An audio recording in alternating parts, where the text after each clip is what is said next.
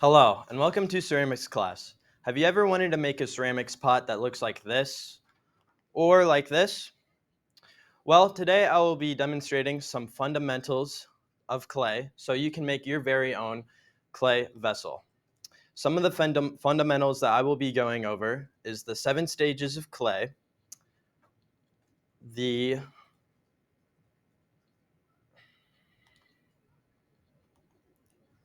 how to throw on the wheel, and how to glaze a pot.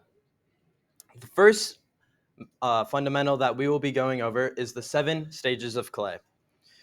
The first stage of clay is dry clay. Dry clay is still in a powdered form and doesn't have any water to serve as a bondage. The second stage of clay is slip. Slip is the wettest stage of clay. This has the highest water ratio with the clay in it. The next stage of clay is plastic clay. Plastic clay is the best form of clay for molding certain pots and throwing on the wheel. Once that dries out for a little bit more, that will eventually turn into leather hard clay. Leather hard clay is good for making feet on vessels and also adding designs to vessels. It is a bit more of a stubborn type of consistency, so when you feel the outside, it feels more like a chocolate bar and is more silky smooth. The next stage of clay is bone dry clay. This is the driest stage of clay before it is thrown into the kiln, and you can start glazing at this time using an underglaze or a normal glaze. The next stage of clay that we have is bisqueware. Bisqueware is when the clay has its first round through the kiln, and it can also be glazed at this time. It is most known to be glazed at around this time. And once it is glazed and put in the kiln again, it is turned into glazeware, which is the last stage of clay. The next fundamental that we will be going over is how to throw on the wheel. Now, before we throw on the wheel, there are some tools that we need. We need a water bucket, we need a sponge, we need a potter's rib, we need a fettling knife, and we need wire cutters. Now that we have all the tools, we are still not ready to throw on the wheel because we need clay. So in order to get the clay that we need, get around a pound of clay or a softball size of clay and start wedging that clay out so there are no air pockets or air bubbles when you start throwing the clay. After you do that, you can form your clay into a ball so that is ready to be thrown on the wheel. Now that we have that, we'll head back over to the wheel and start on throwing the clay. You want to take your sphere and try to aim for the middle of the bat and throw it right into the middle. Don't worry if it doesn't look very centered. You can pull it off and throw it again to make it a little bit more centered. The first step to throwing on the wheel, though, is centering the clay. There is more to centering the clay than just throwing it on the wheel. To center the clay, you need to first turn your wheel head all the way to max speed, and you need to wet the clay down with a sponge. Next, you need to place your elbow down by your hip and use your body weight to center the clay.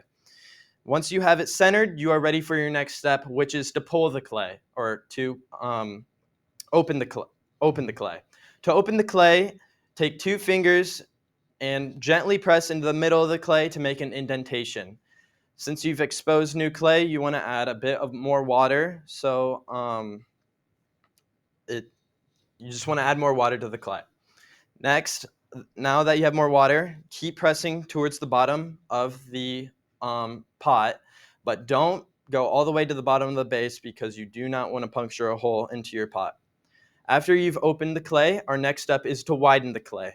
To widen the clay, you have to keep your 2 fingers at the base of the pot. However, you need to pull your fingers apart from one another, widening the structure of the pot. This is a bit more on preference. Widen it however you want. Next is to pull the clay. To pull the clay, wet down the clay again and turn your speed down to half speed. Now, this is known to be one of the hardest steps to throwing on the wheel. So take 2 fingers, one on the inside of the pot and one on the outside of the pot, and gently start pulling on the outside and the inside of the pot, pulling upwards. You want to be very gentle when you're doing this, only going the speed of the wheel head until you've reached the top. Do this about 2 or 3 more times until it is satisfactory to you. After this, you have a lot more free range with what you want to do on the wheel, as you can add more designs to your pot and do whatever you want, and trim the bottom of the pot also. Our last fundamental that we will be going over is how to glaze a pot. To glaze a pot in Bisqueware, you simply want to start by scrubbing the outer and inner part of the pot so there is no loose debris on it when you start applying glaze. You don't want any of that glaze and that debris sticking to the pot. It's not good for the pot. Next, what you want to do is mix up the glaze, and before applying, and once it is mixed up, you can start applying the glaze. Once you start applying the glaze, you want to make sure to put at least 3 minimum coatings of the glaze around the pot. Apply the glaze wherever you see fits to make the pot unique for you. Next, you want to make sure that you get rid of glaze wherever you do not want the glaze. Make sure that you have no glaze on the outer base of the pot.